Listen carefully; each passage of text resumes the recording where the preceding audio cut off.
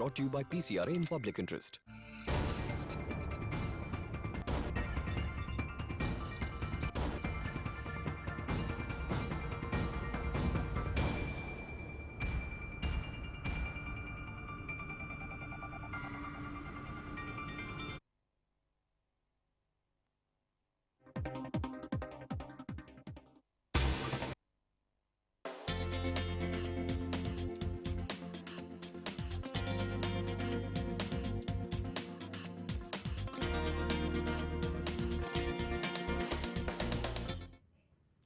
नमस्कार है, स्वागत है आपका।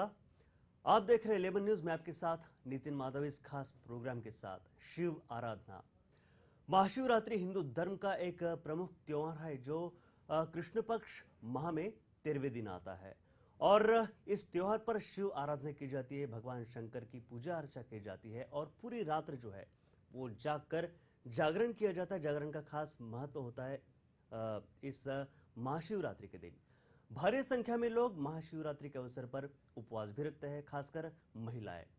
शिवलिंग को इस दौरान बेलपत्र, दूध और धतूरा चढ़ाने के बाद ही लोग उपवास को तोड़ा जाता है।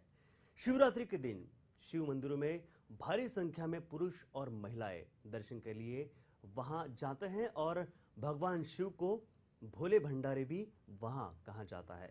वो अपने भक्तों पर जब प्रसन्न होते हैं तो उन्हें तुरंत मनचाहा वरदान प्रदान कर देते।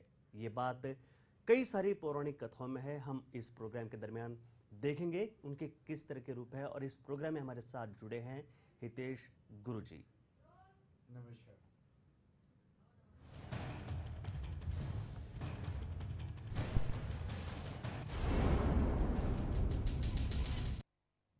भगवान शंकर को जन कल्याण के लिए पूजा जाता है और यही जन कल्याण के लिए अनेक भगवान ने अवतार अलग अलग लिए हैं। शिव जितने उदारवादी है उतने ही वो उग्र स्वरूप के भी है। उन्हें जल्दी उनका गुस्सा शांत करना काफी एक महान कार्य होता है। महादेव जब अपनी तीसरी आंख खोलते हैं तो उसके प्रकोप को तीनों लोक में से कोई भी नहीं बचा पाता या संभाल पाता है। ऐसा है भगवान शिव शंकर।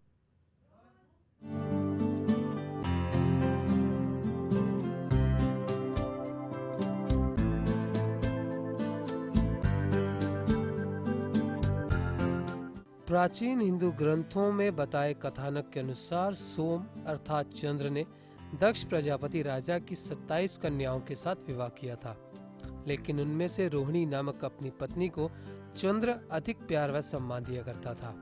शेष कन्याओं ने इसकी शिकायत पर अपने राजा पिता दक्ष प्रजापति से शिकायत की।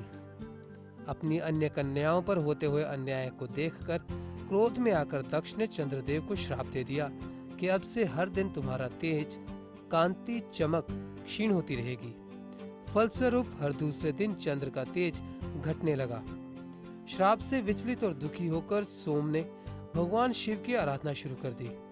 अंततः शिव प्रसन्न हुए और सोमचंद्र के श्राप का निवारण किया। सोम के कष्ट को दूर करने वाले प्रभु शिव का स्थापन करवाकर उनका नामकरण हुआ सोमनाथ। अब बात करेंगे श्री सोमनाथ मंदिर के जीर्णोद्धार के बारे में। सर्वप्रथम एक मंदिर पूर्व में अस्तित्व में था, जिसकी जगह पर द्वितीय बार मंदिर का पुनर्निर्माण 7वीं सदी में वल्लभी के मैत्रक राजाओं ने किया। 8वीं सदी में सिंध के अरबी गवर्नर जुनायद ने इसे नष्ट करने के लिए अपनी सेना भेजी।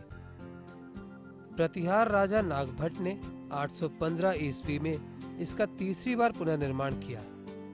इस मंदिर की महिमा और कीर्ति दूर दूर तक फैली थी।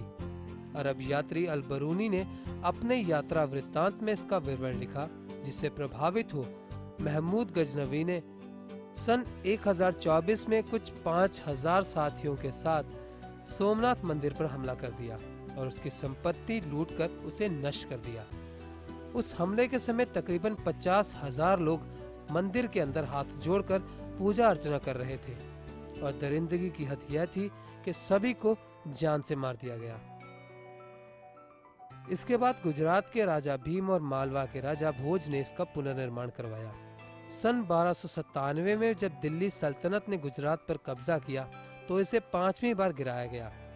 मुगल बादशाह औरंगजेब ने इसे पुनः 1706 में गिरा दिया। इस समय जो मंदिर खड़ा है उसे भारत के गृह मंत्री सरदार वल्लभ भाई पटेल ने बनवाया और 1 दिसंबर 1995 को भारत के तत्कालीन राष्ट्रपति शंकर दयाल शर्मा ने इसे राष्ट्र को समर्पित किया। 1948 में प्रभास तीर्थ प्रभास पाटन के नाम से जाना जाता था। इसी नाम से इसकी तहसील और नगर पालिका थी।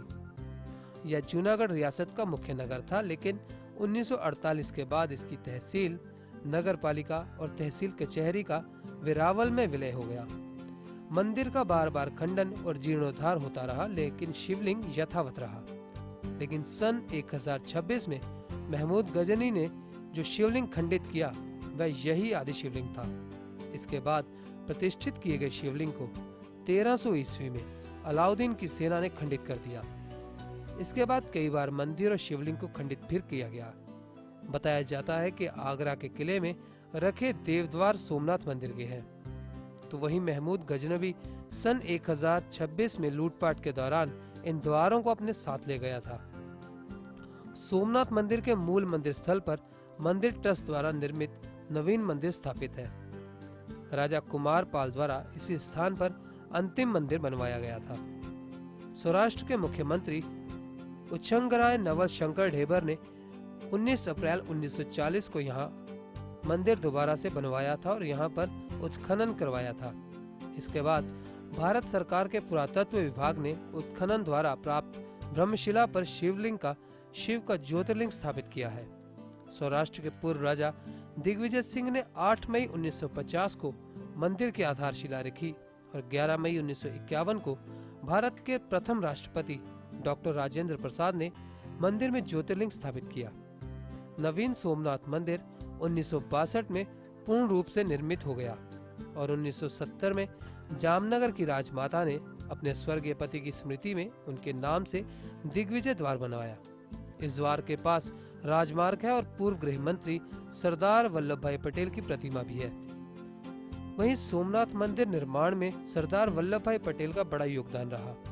मंदिर के दक्षिण में समुद्र के किनारे एक स्तंभ है और उसके ऊपर एक तीर रखकर संकेत दिया गया है कि सोमनाथ मंदिर और दक्षिण ध्रुव के बीच पृथ्वी का कोई भूभाग नहीं आता और यह अपने आप में एक बहुत ही अनूठी चीज है।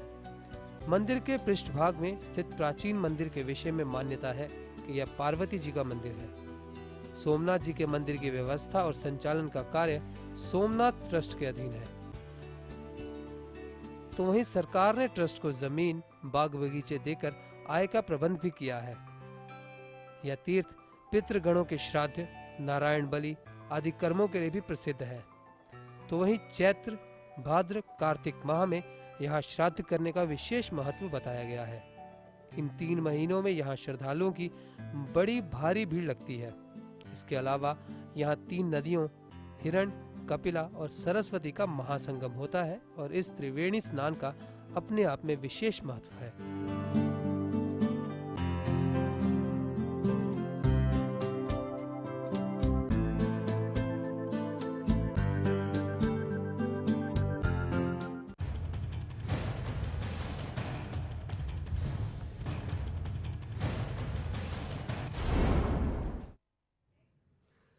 भगवान भोले शंकर को हम अनेकों नाम से जानते हैं, शंकर, शिव, महादेव। और इस प्रोग्राम में हमारे साथ जुड़े हुए हमारे स्टूडियो में मौजूद है हमारे गुरुजी हितेश गुरुजी। बहुत बहुत स्वागत है आपका। धन्यवाद। गुरुजी, अगर महाशिवरात्र इस शब्द की अगर हम विग्रह करें तो महाशिवरात्र, रात्र का ही उसमें उल्लेख किया गया है। दिन में इसकी पूजा नहीं होती बल्कि रात में होती है। तो बताइए कि जागरण और रात का महाशिवरात्रि में क्या महत्व होता है? शिवरात्रि 4 रात्रियों में से है। नवरात्रि के अलावा 4 रात्रि हमारे शास्त्रों में बताई गई है जिसमें हम पूजा पाठ इत्यादि कर सकते हैं। इसमें काल रात्रि मतलब काली चौदस, दिवाली के 1 रात्रि पहले हमने उस दिन प्रोग्राम भी किया था आपके साथ जी। महारात्रि मतलब महाशिवरात्रि, मोहरात्रि मतलब जन्माष्टमी और परायणी मतलब होली की रात्रि। तो जिस दिन होली हम जलाते हैं उस रात्रि की मैं बात कर रहा हूँ, खिलते हैं उस दिन की नहीं। तो ये 4 रात्रि को रात में पूजा पाठ, ध्यान इत्यादि करने का बहुत महत्व रहता है। जागरण का भी महत्व रहता है नवरात्रि के अलावा। आज के दिन ये अनुभव होता है कि शिव और शक्ति एक होते हैं, जीव और शिव एक होते हैं, परमात्मा और प्रकृति एक हो जाते हैं। तो आज के दिन जो जागा रहता है, बहुत बार हमारे जीवन में ऐसा अनुभव होता है, ऐसा प्रसंग आता है कि हमको मोक्ष का थोड़े से दर्शन होते हैं, लेकिन तभी हम सोए रह जाते हैं।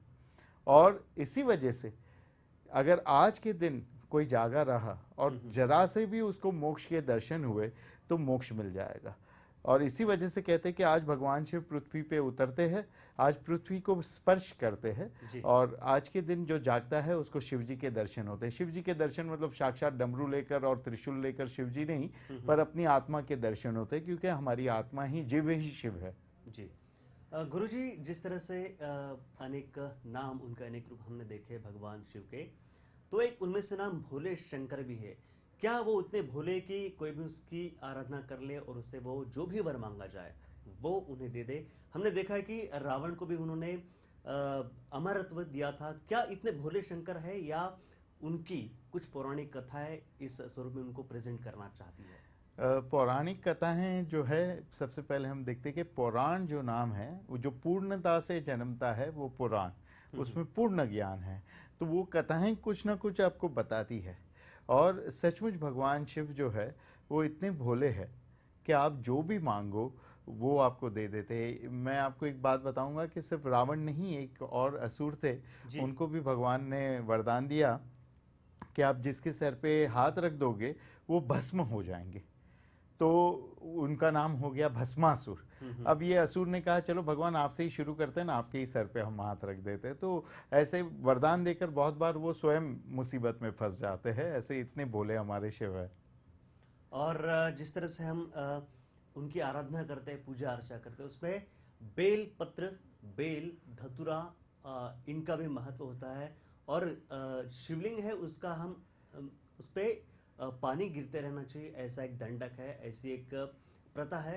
तो इन जो बेल फूल है उसका क्या महत्व है शिव पूजा में, शिव महिमा में? धतूरा जो है ये मैं मानता नहीं हूँ, क्योंकि जैसे आपने ही बताया है नितिन जी के जागरण का बहुत महत्व है और धतूरा आपको सुला देता है जी। तो आज के दिन धतूरा वगैरह तो मैं मानता नहीं हूँ, भले बहुत ठंडा है, लेकिन भगवान शिव ने हराहर पिया है। हराहर एक जहर है जो उनके गले में है। सभी लोगों को इसकी कहानी पता होगी, समुद्र मंथन से जो जहर निकला था।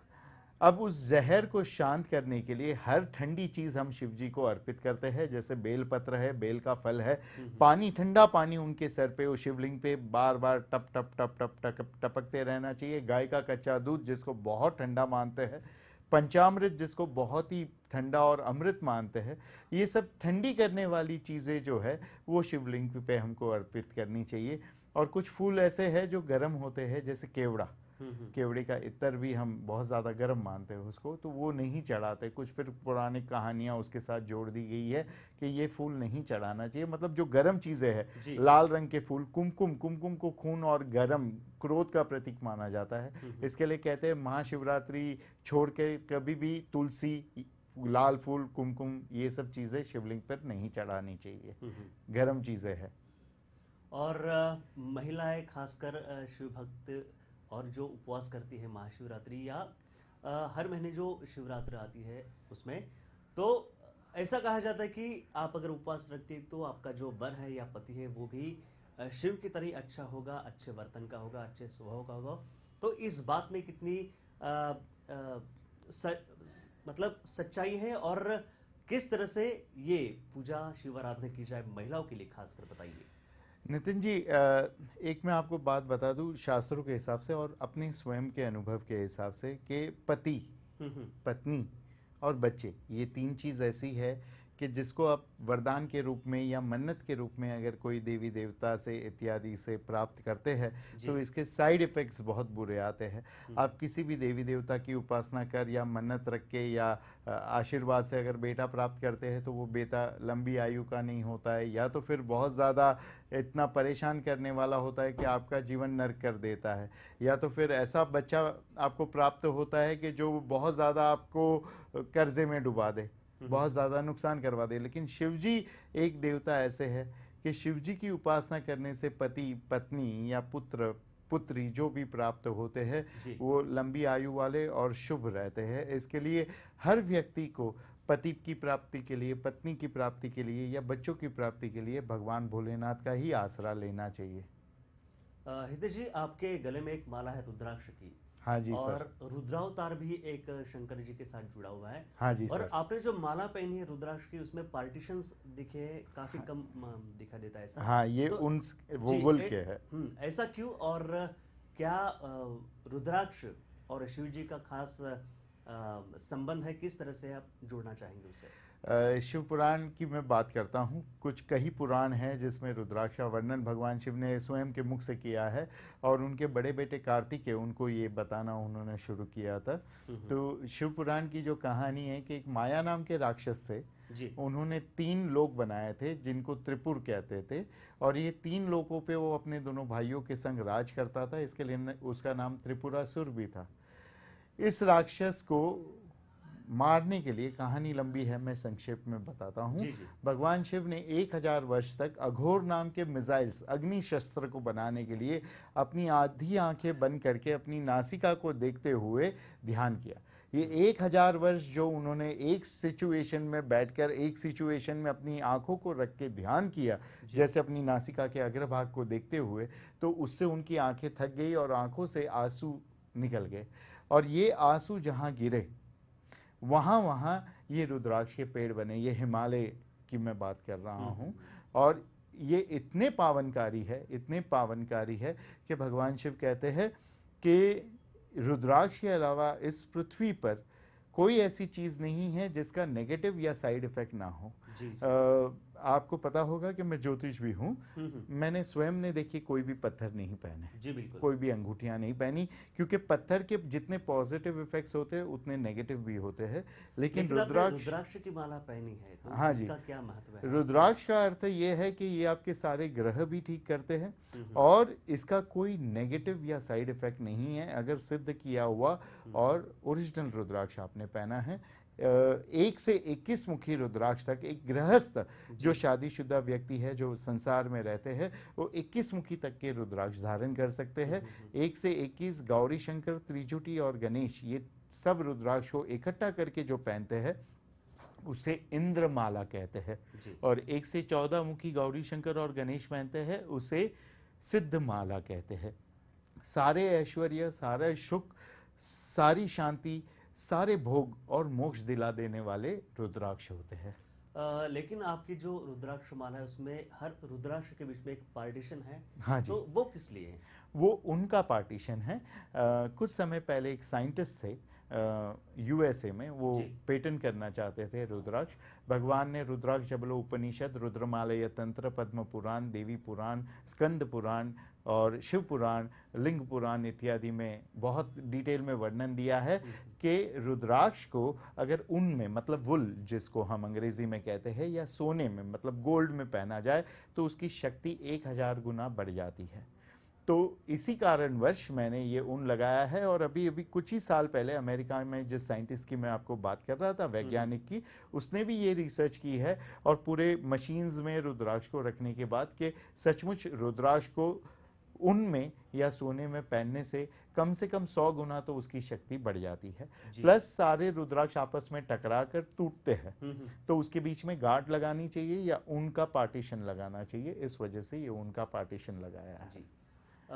गुरुजी, किसी भी भगवान या किसी भी संत महात्मा ने बुरी चीजों का कभी भी समर्थन नहीं किया है। हाँ जी सर। लेकिन ऐसा कहा जाता है कि भगवान शंकर को गांजा पसंद था या फिर मदिरा पसंद थी और लोग उनके नाम पर भी मदिरा पान या गांजा पीते हैं और कहते हैं कि भगवान शंकर पीते हैं इसलिए हम भी पीते हैं। तो इस बात पे कितनी सच्चाई, किस तरह से आप इसे जोड़ना चाहेंगे कि ये असत्य बात है, ये मिथ्या है? ये महाज्ञानियों से मैं हाथ जोड़ के निवेदन करूंगा कि कौन से शास्त्र में ये लिखा है, ये मुझे बता दे। जो जितने पुराने शास्त्र है उसमें कहीं भी ये वर्णन नहीं है। शिव की उपासना जागरण की है। आज भी आपने ही बताया हमको कि जागरण जो है ये आज का बहुत ज़्यादा महत्व माना जाता है। तो जागरण और नशा, ये दोनों आपस में कैसे मिल सकते हैं? नशा करने वाला आदमी कभी भी जागा नहीं रह सकता। तो शिव जी को बिल्कुल भी कोई भी नशा प्रिय नहीं है। पुराने शास्त्र में और एक चीज थी कि जैसे अगर आप वेद देखो तो ऋग्वेद में लिखा है कर मम ब्रह्मोत्तर, मेरे जो हाथ है ये भगवान के जितने ही ताकतवर है। फिर कुछ गैप छोड़ा हुआ है जी। और फिर उसके बाद लिखा है कर मम ब्रह्मोपर, ये मेरे हाथ है ना, गलती हो गई मेरी कहने में, ये भगवान से भी ज्यादा ताकतवर है। तो ये बीच का जो गैप है ना, ये मेडिटेशन का है। एक ऋषि ने एक लाइन लिखी कि मेरे हाथ ईश्वर के जितने ही ताकतवर है, और फिर उसने मेडिटेट किया और कहा नहीं नहीं, ये तो ईश्वर से भी ज्यादा ताकतवर है। तो अपने हाथ में हमारी कितनी शक्ति है इसका वर्णन वेद में किया गया है, लेकिन ये जो बीच का गैप है ना, इसमें लोगों ने अपना कुछ भी बीच का लिख दिया है। तो वैसे कोई शास्त्र में अगर लिखा हो तो, लेकिन जितने पुराने शास्त्र है उनका सबका मैंने अध्ययन किया है, इसमें कहीं भी ये नशे की बात नहीं है। और आप देखिए शिव सूत्र में पहली ही लाइन है चैतन्य आत्मा। आत्मा मतलब ईश्वर, ईश्वर चेतना है, चेतना मतलब जागरूकता है, अवेयरनेस। नशे से कोई भी लेना देना शिव का नहीं है। हाँ, प्रकृति उनकी शक्ति का जरूर है।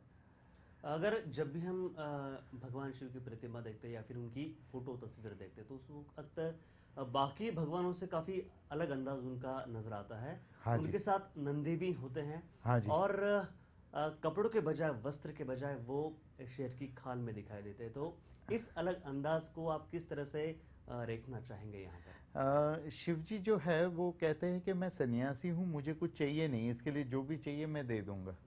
इसलिए बहुत जल्दी प्रसन्न होते हैं, जो आपने पूछा है। और 4 प्रकार की छाल भगवान शिव जी पहनते हैं, एक हाथी की, एक हिरण की, एक शेर की, और एक और बाघ की, या ऐसी कुछ है, मुझे अभी ध्यान में नहीं आ रही है। हाथी की जो छाल है वो शक्ति और अहिंसा, हमेशा शक्तिशाली आदमी हिंसा करता ही है। बिल्कुल।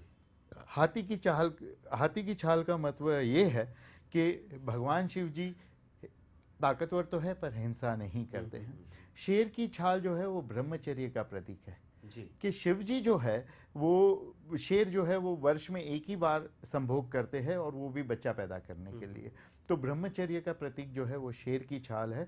और हिरण की चाल जो है वो सुंदरता का प्रतीक है कि नग्न है, भभूत लगाए हुए है, रुद्राक्ष, कपाल माला, खोपड़ियों की माला गले में धारण किए हुए है, फिर भी उनसे ज्यादा सुंदर आपको कोई देवता नहीं देखेंगे। आप सभी देवताओं की तस्वीरें रखें, सब सोने में सजे ढजे है, पीताम्बर वगैरह धारण किए हुए, मुकुट वगैरह धारण किए हुए, लेकिन शिव से सुंदर आपको कोई नहीं मिलेगा। इसके लिए उनका एक नाम सुंदर आनना भी है, मतलब सुंदरों में सबसे सुंदर। और जिस तरह से हम बेल फूल चढ़ाकर उन्हें प्रसन्न करते हैं, तो क्या शिव तांडव, इससे भी वो जल्दी प्रसन्न हो जाता है?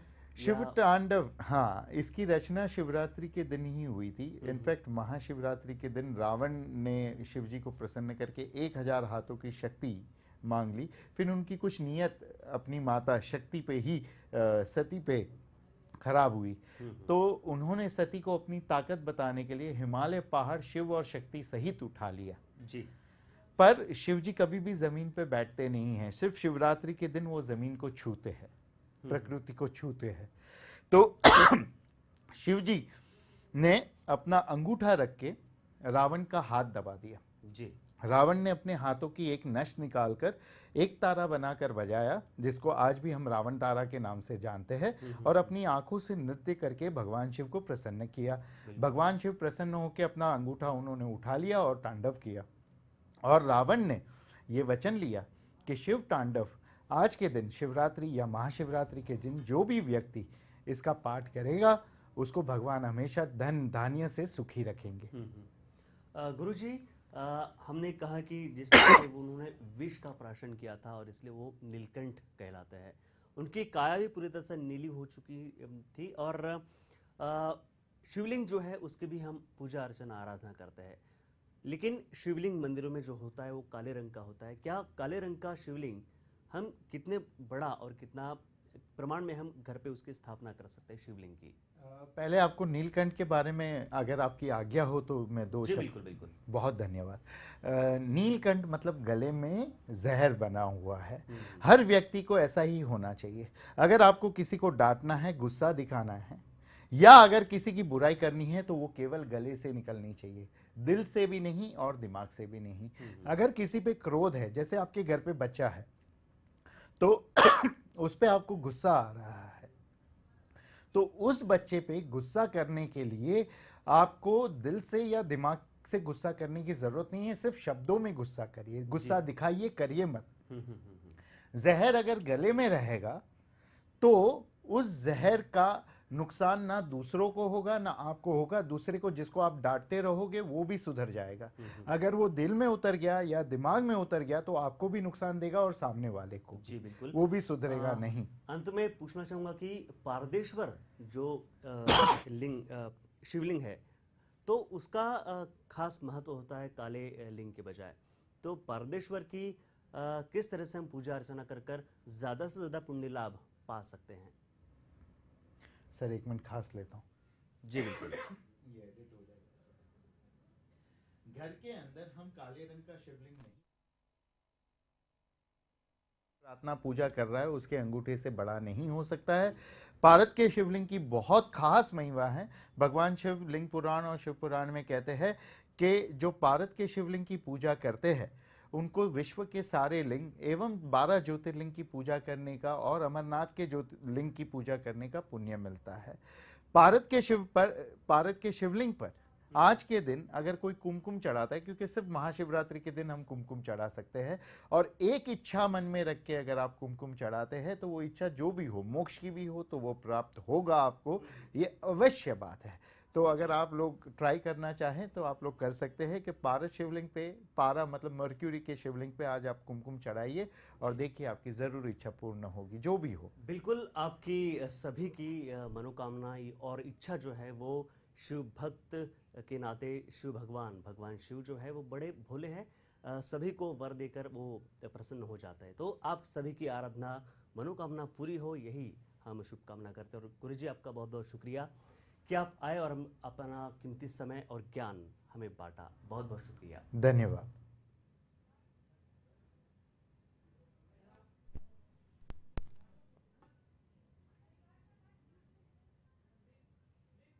शिवरात्रि और शिव महिमा, इनका खास महत्व होता है, उसी के बारे में हमने चर्चा की आज के प्रोग्राम में कि शिव को बेल फूल और बेल पत्र जो है, धतूरा, ये सब पसंद है, लेकिन भगवान शंकर को उन्होंने कभी भी किसी गलत बात का उन्हें बढ़ावा नहीं दिया। और इस महाशिवरात्रि पर गांजा पीकर या मदिरा पान कर कर या भांग पीकर उनकी आराधना कभी भी पूरी नहीं हो सकती, ये मिथ्या है। और हितेश गुरुजी ने इन सब बातों पर यहाँ प्रकाश डाला, और जो सही है वो जो गलत है उन पर उन्होंने प्रकाश डालकर इन सब बातों पर अपना मत व्यक्त किया। आप भी भगवान शंकर की पूजा अर्चना कीजिए पूरी शिद्दत के साथ, श्रद्धा के साथ, और महाशिवरात्रि को एक पावन अवसर मानकर शिवलिंग की पूजा कर कर आप पुण्य पा सकते हैं, अपनी मनोकामना पूरी कर सकते हैं। खासकर महिला वर्ग जो है, वो महिला वर्ग इस दिन महाशिवरात्रि या हर महीने में जो भी शिवरात्रि आती है उस पर अपना जो इच्छा है व्यक्त करने के बाद पूजा अर्चना करके अपनी श्रद्धा और पूरी भक्ति के साथ भगवान शिव को प्रसन्न कर सकती है। इस प्रोग्राम में बस इतना ही, अब विदा लेते हैं, नमस्कार।